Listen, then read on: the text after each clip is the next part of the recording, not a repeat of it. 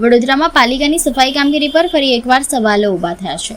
Social મીડિયામાં સામે આવેલા કેટલાક વિડીયોએ સ્વચ્છતા અભિયાનના દાવાઓ સામે પ્રશ્ન ચિહ્ન ઊભું કર્યું છે। આરોપ છે કે સફાઈ કરતાં વધુ ફોટોશૂટ અને દેખાવ પર ભાર મુકાઈ રહ્યો છે। વડોદરા શહેરમાં આવેલા વિડીયોમાં ચોંકાવનારા દ્રશ્યો જોવા મળી રહ્યા છે।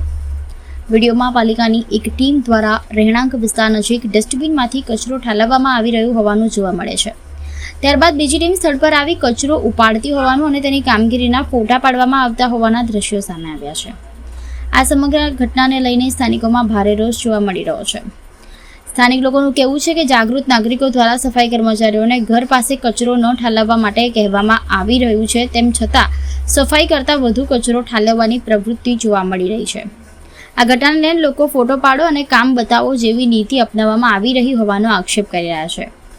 સ્વચ્છ ભારત મિશન અને શહેરમાં ચાલતા સ્વચ્છતા અભિયાનના દાવાઓ વચ્ચે હવે વાસ્તવિકતા સામે આવી રહી હોવાનું પણ ચર્ચાઈ રહ્યું છે। શહેરના વિવિધ વિસ્તારોમાં કચરો અને ગંદકીની સમસ્યાથી લોકો પરેશાન હોવાનું સામે આવી રહ્યું છે। હવે લોકો દ્વારા જવાબદાર અધિકારીઓ સામે કાર્યવાહી કરવાની માંગ પણ ઉઠી રહી છે।